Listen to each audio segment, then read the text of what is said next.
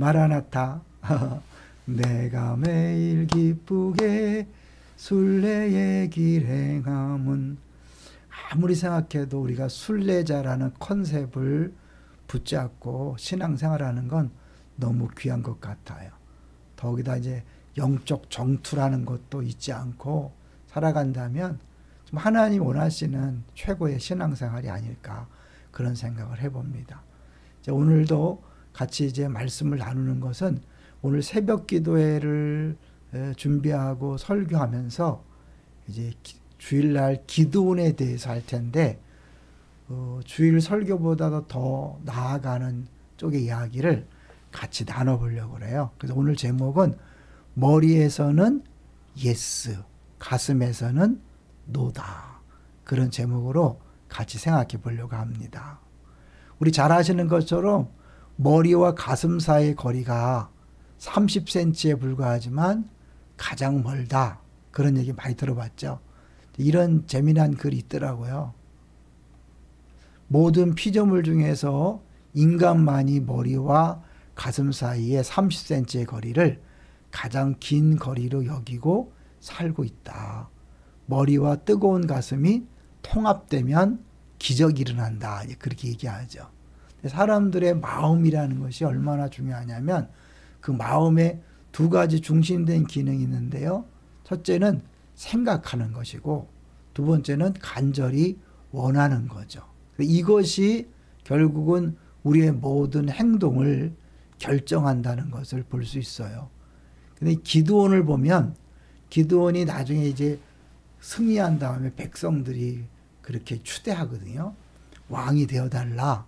그랬을 때 기드온이 왕 되는 걸 거절해요. 그러고 나서 바로 이어서 금품을 요구하죠. 모든 금을 달라.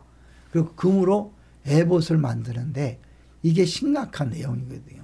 사실 어떻게 이제 이렇게 어떻게 왕이 되기를 거절하고 나서 이 기드온은 왕처럼 행동할 수 있는가. 오늘 새벽에 같이 나눴지만 그가 이 자녀들을 많이 낳은 거 있죠. 부인들을 많이 얻고 자녀들을 많이 낳은 것은 이거는 완전히 왕처럼 행동하는 거거든요. 또 하나 아비멜렉이라고 이제 첩이 난 자식의 이름을 이렇게 아비멜렉으로 지었는데 이것은 나의 아버지는 왕이다. 그런 뜻이에요. 그러니까 이게 이 기드온이 마음속에는 자기가 왕처럼 되고 싶었던 게 있는 거죠. 이제 분명히 300명 하나님께서 계속해서 아직도 많다 그래서 철저하게 하나님 하셨음을 느끼도록 경험하도록 그렇게 전쟁을 하셨기 때문에 이 기드온이 하나님 왕이심을 인정하지 않을 수 없었어요. 머리로는 인정했죠. 왕이 되는 것을 그래도 거절했지만 현실 삶에서는 자기가 마치 왕이 된 것처럼 그렇게 살아간 것이고 결국 그것이 이스라엘에게 엄청난 비극이 된 것을 볼 수 있습니다.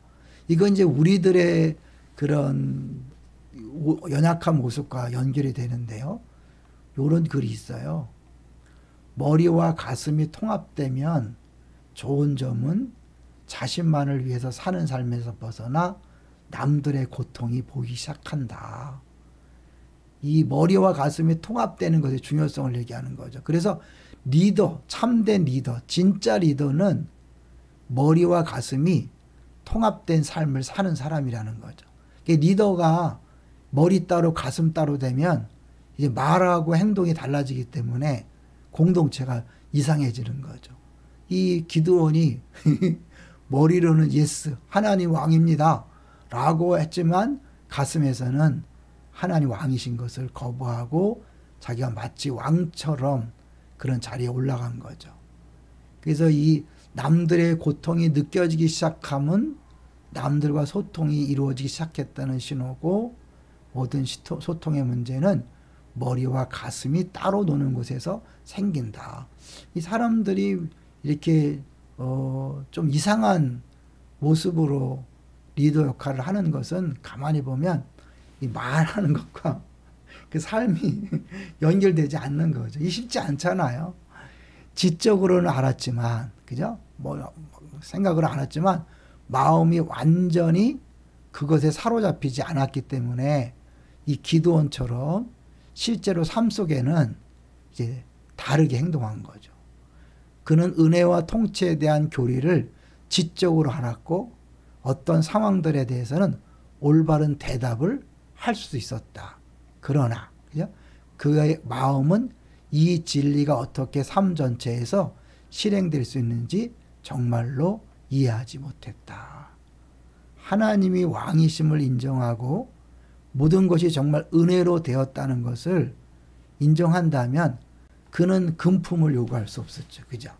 금을 요구했다는 건 뭐냐면 다 하나님의 은혜지만 그래도 내가 한 일이 있으니까 보상을 해달라는 거잖아요. 그건 은혜라는 걸 모르는 거죠.